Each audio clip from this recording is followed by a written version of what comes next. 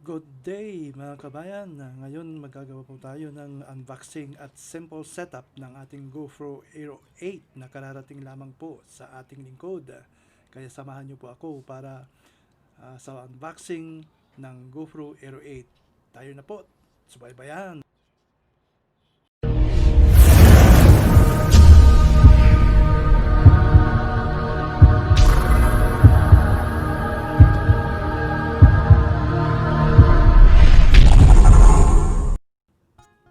Ito pong muli si Roland ng Rollwing YouTube channel. So sa video ito, mag-unbox po tayo ng tinatawag na nila na GoPro Hero8. Ito po ay isang action camera. So magandang gamitin po sa pag-hiking,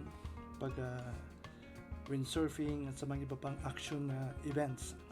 So ito po yung GoPro Hero8 na mayroon siyang stabilization hyper smooth 2.0, isang bagong features ng GoPro Hero8. So mayroon po siyang 12 megapixels, 4K 60 frames per second, slow-mo, at mayroon din siyang hyper smooth 2.0, time wrap, 1080p live stream, at ang bagong live burst.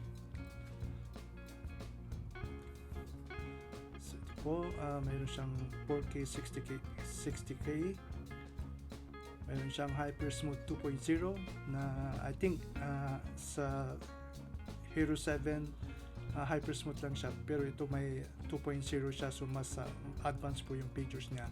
Live burst, super photo plus HDR, mayroon na rin siyang raw, then mayroon siyang finger what's it called, that mounting, and then may voice command, touch screen, saka mayroon din siyang water resistance ng 33 feet at 10 meters, and then mayroon din siyang GPS. So samahan niyo po ako para i-unbox po natin ang GoPro Hero8. So kung bago po kayo sa aking channel, just click the subscribe button and the notification bell para updated kayo sa mga video darating pa na ating i-produce, mga kabayan. So now we'll do the unboxing. I'm very excited for this action camera GoPro Hero8. Okay, buksan na po natin ang kahon. Tingnan natin kung anong mga nasa loob po nito, mga kabayan. Okay, so unti-unting nating buksan para hindi mahulog. Okay, so ito na po yung GoPro Hero8 camera, action camera. So yeah, so una ay tatanggalin natin yung screw mount po niya. Again, kung bago kayo sa aking channel, mag-subscribe po kayo. Then okay, tatanggalin po natin ang screw mount.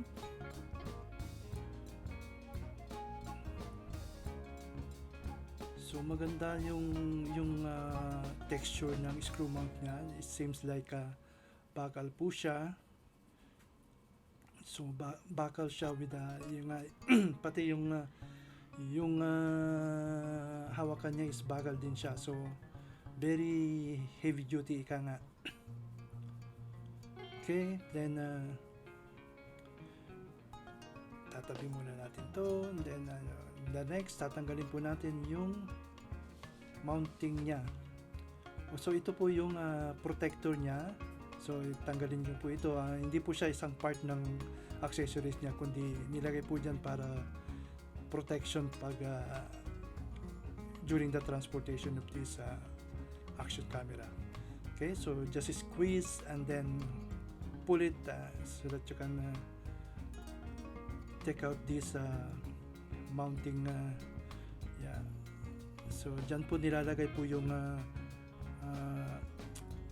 mount ng GoPro Hero8. And then this one can be used also, so wag nyo po siyang tanggalin. Pwede nyo siyang, actually pwede mo siyang gawing parang tripod. So at the same time, itago nyo para pag at least po may bagong labas uli, pwede nyong ibenta siya at nakakalagay pa sa kahon. So unang-una, buksan po natin yung kahon. So mayroon po siyang GoPro Plus.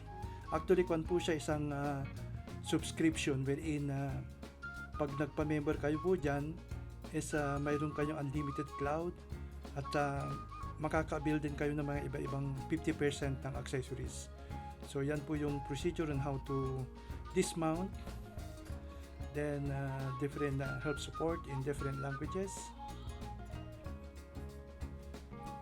And then mayroon siyang 2 stickers. So pwede mo siyang ilagay sa sa kotse o sa bag mo na mayroon kang GoPro. And then of course yung manual po niya in different languages also. So if you have any problem, just look at the manual for any instructions, safety instruction ika nga. So again, bubuksan po natin kung ano pa yung nasa loob. And then meron po siyang curb mount.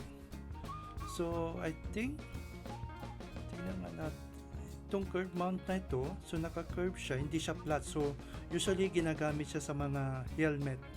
So pag magbabiking kayo, so ilalagay nyo siya sa helmet kasi curve siya eh, oh.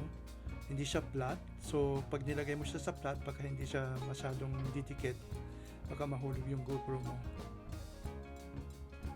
Then tatabi muna natin yung mga paperworks. Then mayroon po siyang charger, USB-C charger. Okay, maganda yung texture ng charger nila, parang may rubberized siya. And then may battery po siya. Iba po yung battery nito kasi meron siyang yung sinasabi nilang blue na parang signature siya na battery siya ng Hero 8. But pero sabi nila you can use that battery sa yung 5, 6, 7 battery, you can use it to GoPro Hero 8. Then this one, maganda yung texture ng camera, parang may rubber siya sa harap. And then yeah, it's much so kung bubuksan nyo po siya, mayroon siyang nakausli dun sa dulo. Kapag nakita nyo yung red color, it means na open na siya. So just pull it out.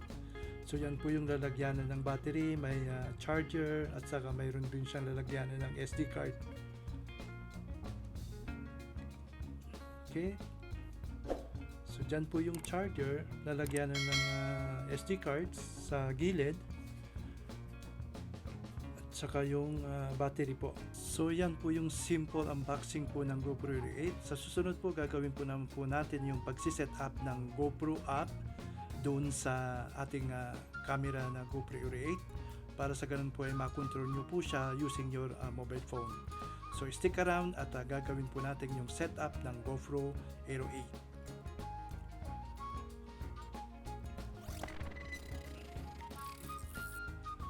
Okay, yung unang setup po is yung unang gagawin po natin is magda-download po tayo ng GoPro Hero8 App. So punta po tayo sa Google Store, and then i-type po natin dito, i-search po natin yung GoPro, i-search po natin yung GoPro Hero8 App. So pag nakita nyo, i-click nyo siya, and then yun po yung app nya, then click install. So it will install the GoPro Hero 8 dun sa mobile phone nyo. So very powerful po itong app na ito kasi pwede nyo siyang gamitin sa pag-transfer nyo ng mga files from the camera going to your mobile phone or sa clouds. Kapag member kayo ng GoPro Plus, mayroon kayong certain na space na pwede nyong i-download yung image nyo doon sa cloud ng GoPro. Okay, so now successfully download and installed. So we will open the GoPro Hero 8. So time po natin. Okay, so yan, na successfully open, and then just follow the on screen, kung ano man po yung sinasabi ng screen. Kung go, just select yes, next. Okay, so now na-open na po natin. So the next is yung isu-search niya yung GoPro Hero 8 po natin from your cellphone, tsaka yung sa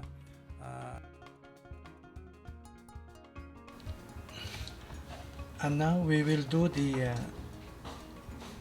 setup of the Hero 8 GoPro. So first, turn on your GoPro. So ito, turn on niya siya dito. So ito po yung turn on ng GoPro. Okay. And then you will hear a beep. So yan po yung mag-initialize po yung GoPro nyo. So for the first time na gagamitin yung GoPro, mag-initialize siya. Okay, so now we will select what language. So select English, and then it will put to the legal stop by using this GoPro. I agree to the terms and use available at GoPro legal. So just click agree, and then it will tell you capture the location where your videos and photos are taken. So just click on, and then now we will go to the GoPro app. Okay, so I will turn on the GoPro app. So pupunta tayo sa GoPro. Okay, so itabi muna natin to. So pupunta ako doon sa app ng GoPro. So where's that? So ito yung dinownload ko na GoPro app. Okay, just click the GoPro app. Okay.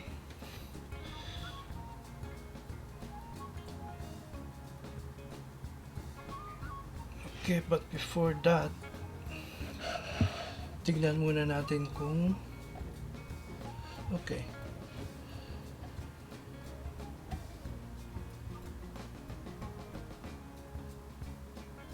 First, we will go first to the date, July 13, 2020.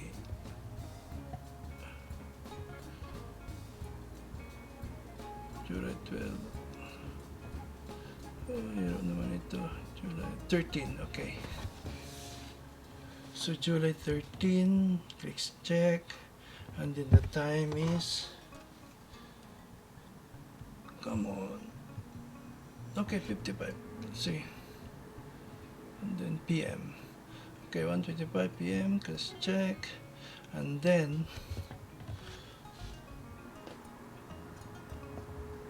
okay, so go to preference first. So okay, tignan natin yung connection niya, and then go to connection, and then go to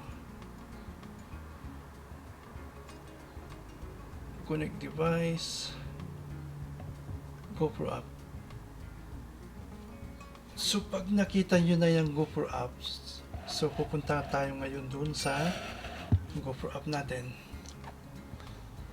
So ito, GoPro app, and then asking to connect to GoPro.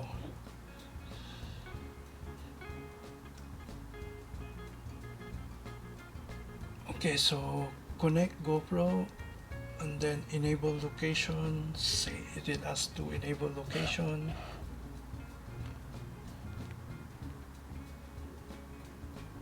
Click enable location, and then click allow, and then it will scan for your camera. Let's see, searching for camera. Oh, we found GoPro, and then click connect.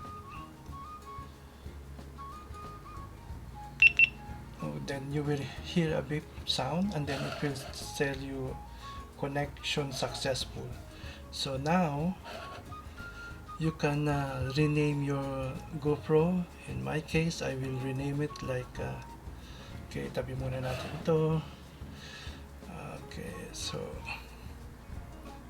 in my case, I will rename GoPro like still Roland. Okay, and then click ko yung save new name. Okay.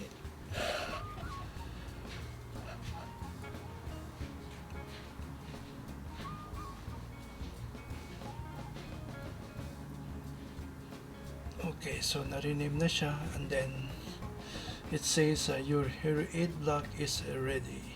So let's go, and then control your camera, just try it, and then now enable preview.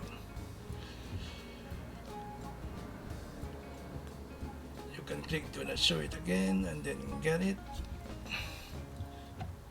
See kung ma-detect niya yung once na mapalabas nyo yung preview dito sa mobile phone nyo, sa cellphone nyo, it means na connected na tayo. Oh yeah, so now we are now successfully connected. Okay, so yan, halimbawa pupunta ako dito, so yung tignan nyo, so now my cellphone is previewing all those setup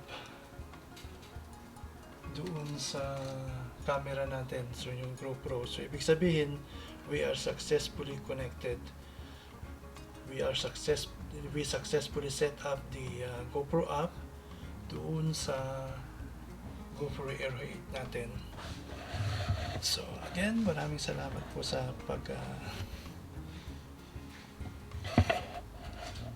thank you very much for watching this video, and watch another video on how will I use my GoPro Hero8 block, like what are the correct settings for your video and for your camera settings, what are the other features of this GoPro Hero8 block. And so yeah, come back to my channel, and then try to look for any other videos concerning the GoPro Hero8 block. Maraming salamat pong muli. Ito po si Roland ng roland.com. If you are still new to this channel, just click the subscribe button and the notification bell para maging updated kayo sa mga darating na video na aking i-create para sa inyo. So again, maraming salamat pong muli. Si Roland ng Rollwing. Bye-bye!